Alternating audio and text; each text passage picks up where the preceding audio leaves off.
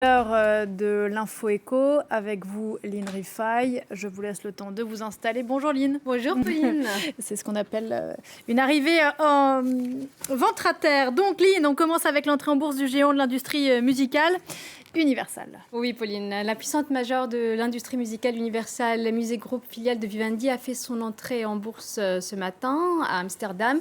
C'est la plus importante introduction en bourse depuis le début de l'année en Europe.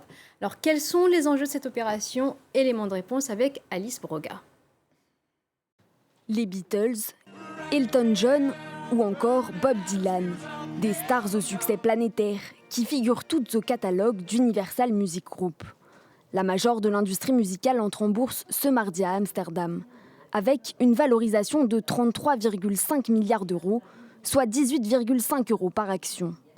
Une entreprise florissante ces dernières années, notamment grâce à la hausse du streaming et des écoutes illimitées par abonnement.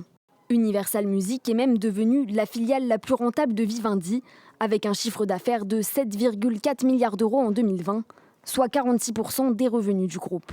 Avec cette entrée en bourse, Vivendi se recentre davantage sur les secteurs de la publicité et des médias, sans se séparer complètement de cette manne financière, puisque le groupe va rester actionnaire d'Universal Music à hauteur de 10%.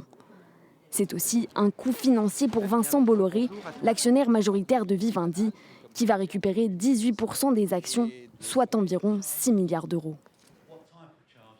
Et à noter qu'à l'ouverture, l'action Universal a bondi de 36% à plus de 25 euros l'action.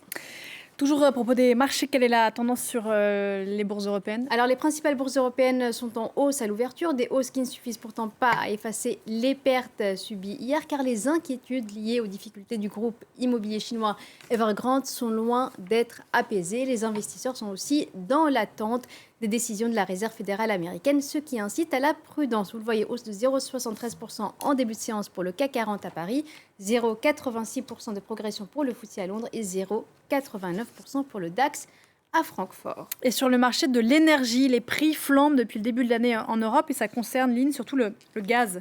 Oui, Pauline, c'est vrai que depuis le début de l'année, les cours du gaz naturel se sont envolés en Europe. Vous allez le voir sur ce graphique, une hausse de près de 250% qui s'est aussi accompagnée, vous le voyez en parallèle, d'une hausse, d'une flambée des prix de l'électricité sur le marché. Ils ont quasiment doublé depuis le mois de janvier. Alors les raisons, elles sont multiples et comme souvent en économie, Pauline, c'est d'abord un déséquilibre entre l'offre et la demande.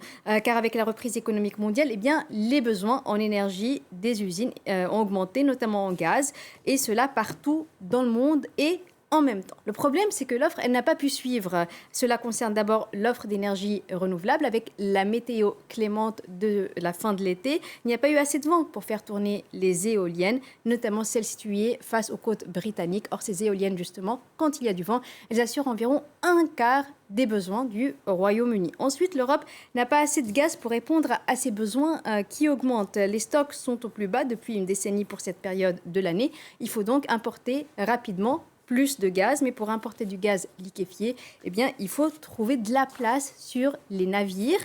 Or, les places sont limitées et elles sont chères et souvent, c'est la Chine qui met le prix fort pour avoir ces places et constituer ces stocks donc, d'énergie, ces stocks de gaz avant la saison hivernale. Et puis, l'autre moyen d'acheminer du gaz vers l'Europe, c'est par voie terrestre, c'est-à-dire par les gazoducs.